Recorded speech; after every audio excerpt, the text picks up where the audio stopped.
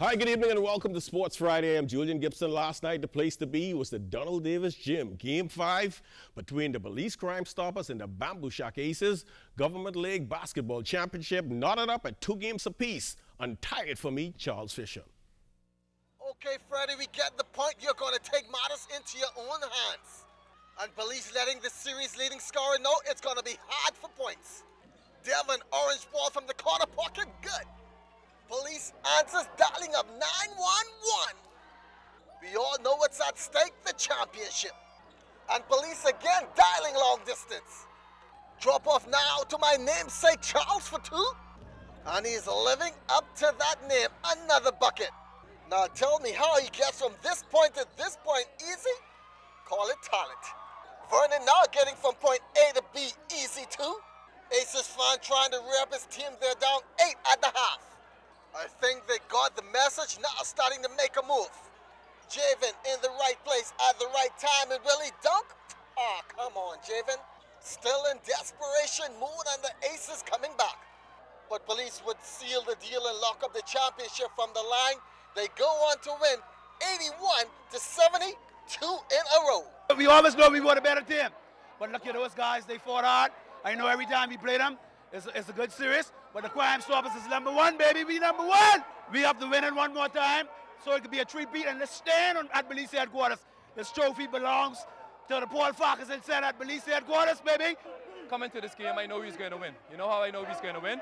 I pray all week for this championship. MVP. The Lord said, if you ask for it and you believe it, he'll give it to you. You understand what I said? You know why? So we can get the praise and the glory. Lord, I thank you for making the ball go in the basket and for bringing us this championship like I prayed for, like you said you would give it to me. First quarter, we came out lackadaisical.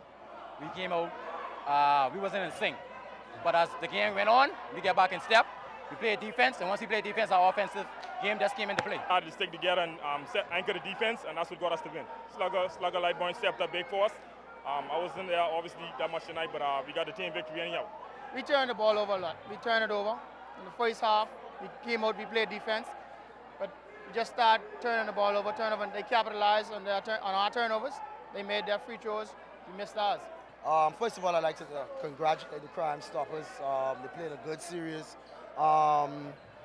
Problem was, what's been our problem all year, we're not a high IQ basketball team. Congratulations going out to both teams, but the championship will reside at Belize headquarters. For ZNS Total Sports, I'm Charles Fisher. New Providence Softball Association playoffs continued last night with 2 playoffs games. After getting shocked in Game 1, the Truckers came out to play last night against the Johns Buccaneers in Game 2. After losing with Leroy Thompson in Game 1, Truckers going with Darren Mortimer. Darren, you cannot be scared. Darren walks the batter. Darren would bounce back to get a strikeout. Way to go, big boy. Truckers out of the inning. No bats in Game 1. Truckers brought out the big stick in Game number 2. Bouncing ball to short into center field. Jamal Johnson coming all the way around from second base to score. Truckers still scoring. Bouncing ball to short. Shortstop picks it up, fires to first base for the out. Vinci in a rundown between third and home plate. The ball hits him in his back. That's smart.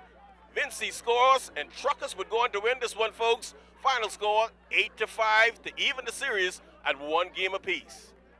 Meanwhile, in the opening game last night, do not look now, but I believe the Black Scorpions are in trouble. The Sharks had them for a Thursday night dinner, chewed them up, Scorpions. With 2 out and nobody on, Keisha Pratt would crush this Marvell Mittler pitch over the left field ahead. Keisha showing her speed. Boy, the track season must be already started because Keisha, boy, she got wheels. Third base, rounding third, coming home, and inside the park home run for Keisha.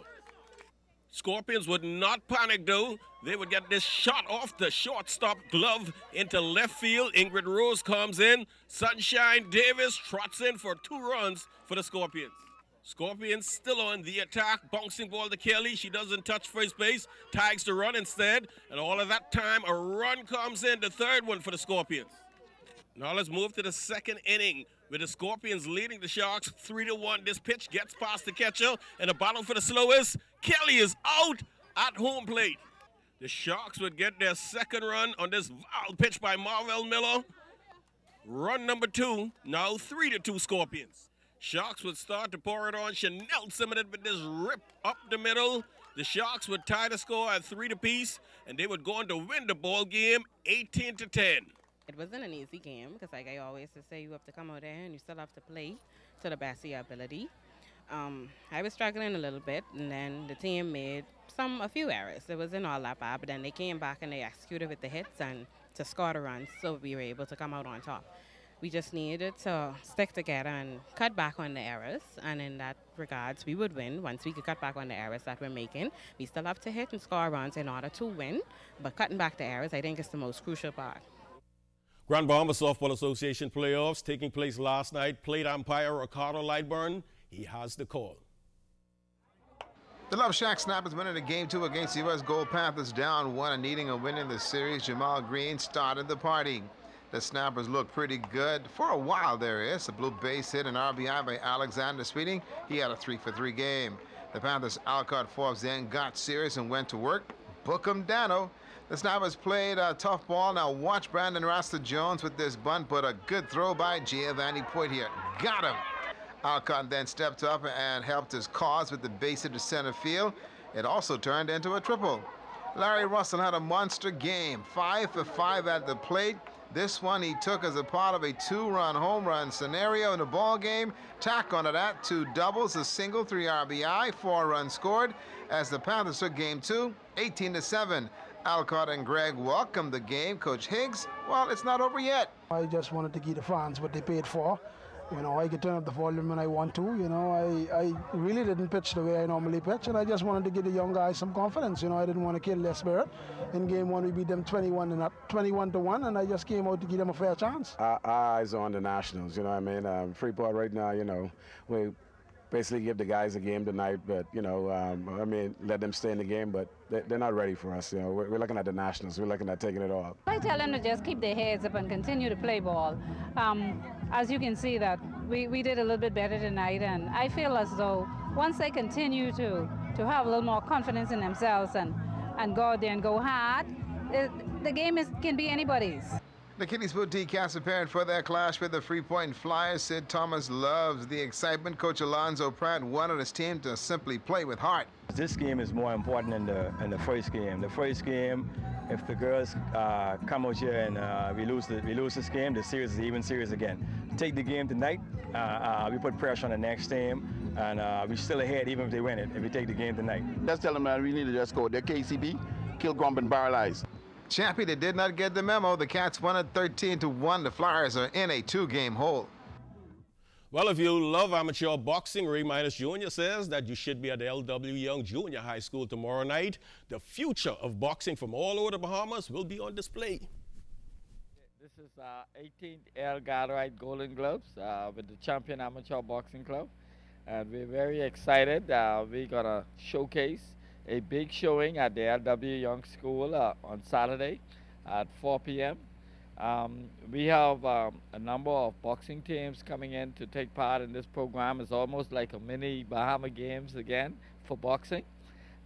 Freeport boxing team will be here with the YMCA and the Genesis Boxing Club. That's 2 teams for the Freeport. Then we have Inago boxing team will be here, and also Freeport boxing team, along with all the boxing clubs here in New Providence. So it's proven out to be very exciting. Flag football was on the schedule for today. Our Nico Skawala was on hand, and he brings us up to date on this sport that is catching on fast. The Bahamas flag football tournament got on its way over the holiday at the Roscoe Davies soccer pitch.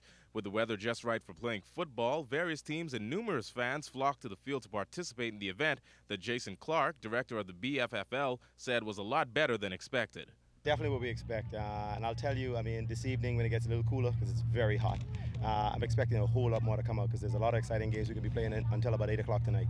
A very ecstatic Damian Barber, playing for Kiffa, spoke about what the Cayman Islands plans to do in the tournament. Last year, the year before, Bahamas came to Cayman, and we spank them and send them home, and they request us coming here, so we're looking to try to do the same thing in their hometown, so we see what happened today. What? What? Are you satisfied? No, but still, good competition. We enjoy playing against them, so we're hoping that we could take it home. If not, then it's worth it. Also from the Cayman Islands, Bobeth Ogaro said she was very pleased with the turnout of the tournament, but still wished for more competition from the ladies division. So far the league, the tournament's going really well. Like she said though, we wish that the other team had been here so that we'd have more people to play more reps, more games. I'd like to put a plug for the Bahamian Flag Football Association to get more women involved to come out, because it's a sport that women would really enjoy.